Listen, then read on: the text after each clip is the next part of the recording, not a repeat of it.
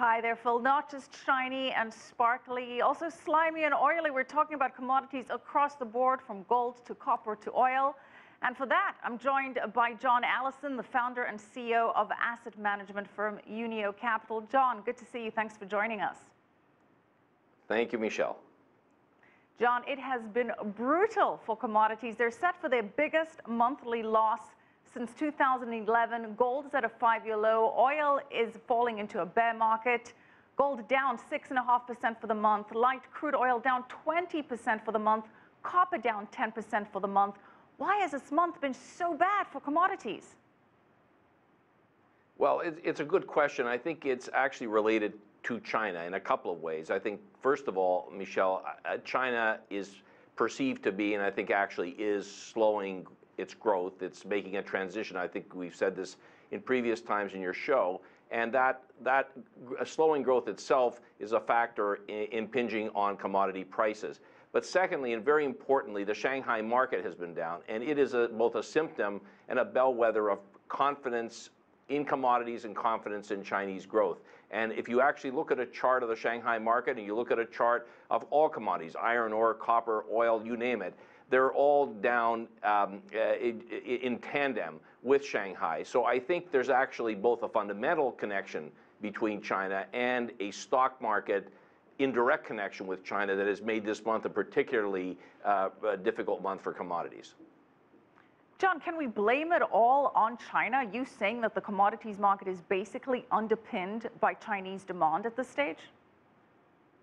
Well, no, what I was saying is this month, I think, yes, I think China's been the big factor. I think, as we've talked about in previous shows of yours, I think we're in a very long-term secular decline in commodities. Our firm, for example, feels that worldwide we're in a multi-decade deflation, deleveraging, and divergence of growth kind of framework. And deflation of costs is part of what's affecting commodities, and that deflation of costs is not something that's going to take place this year or next. It's more of a 10, 20-year phenomenon. You'll have bull markets with bull runs within that 10 to 20-year period, but fundamentally the framework is one of deflation of costs, of which commodities are a part. You know, there's the deflation of internet costs, there's the deflation of retail costs, and so on and so forth. It's part of a much larger trend. So in that sense, it has nothing to do with China in the longer run, but in the short run, I think it's very much connected to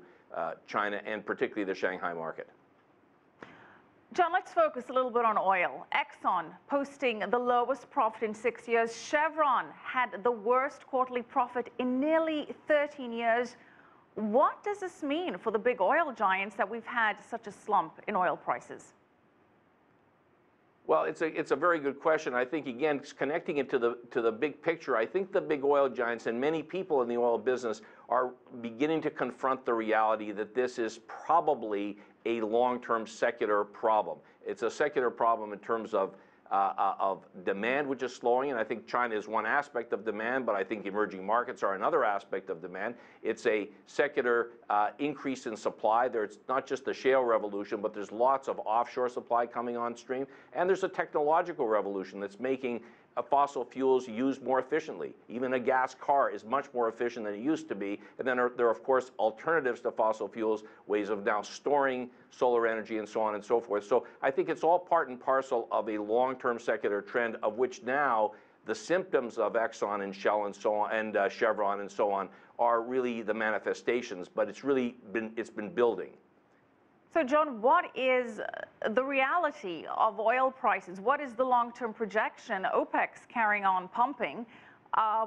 Where do you see oil in the long term now? Should we just get used to oil at $45 a barrel, $30 a barrel? I think those are very astute price points. I think look, nobody is a guru on these things, and anybody who tells you they are is not really. We don't really know. But I would say that the range for oil is probably in the $30, $40 level at the low point, and at the 70, 80 at the high point. What would turn it around? John, what would turn it around? What would turn the oil market around? I think in the short run, the only thing that's going to turn oil around is an increase in global growth. For example, emerging markets, Europe, and so on and so forth. If you have a bump up in growth, I think you're going to see copper and oil rise. I also think, going back to my original point about Shanghai, if the Chinese market, the stock market, starts going up, it may not seem to be a direct connection, but I think it is a connection. I think you'll also see oil and copper go up. So I think those are the short run things. In the long run, I think it's going to take a while for oil to ever get out of this, you know, $30, $40 to $80 channel. And I think one of the things that's going to do it is the beginning of a consolidation in the industry. And I think you're going to see, I think one of the surprises you're going to see is how many M&A actions take place, whether it's company buying company, private equity firms buying energy companies, and so on.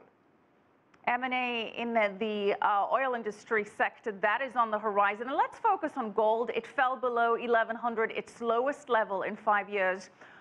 John, why is gold not rebounding over currency issues with Greece and the euro? A very, very good question. I think gold is the ultimate insurance commodity, but you have to insure against something. And for example, inflation has proven to be far lower than anybody thought. So gold as an insurance policy against inflation is not proving to be as potent as people thought. As an insurance policy, John, against, you go ahead. I'm sorry.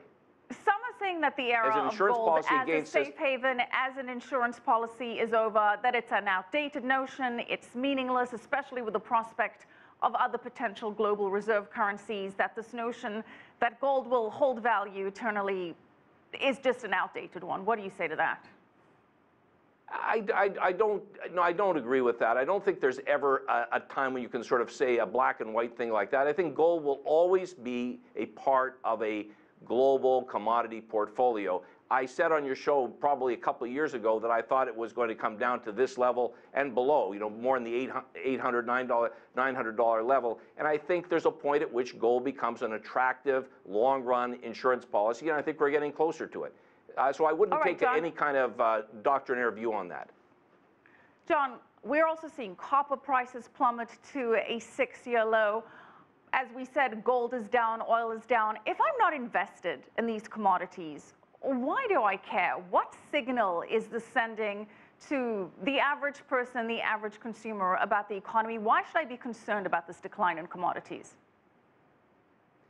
Well, actually, it's a very good question. I think from the level of the consumer, I think you should not be concerned. Just imagine if every one of the bills you paid every month got a 5% discount. You know, your credit card bill, your utility bill, you'd be very thrilled about that. Essentially, the decline in commodities is giving everybody a cut in their expenses, which they can use to save, or they can use to spend, or use to do a combination of both.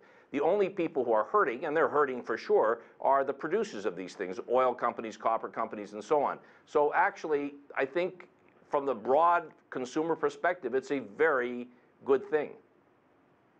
All right.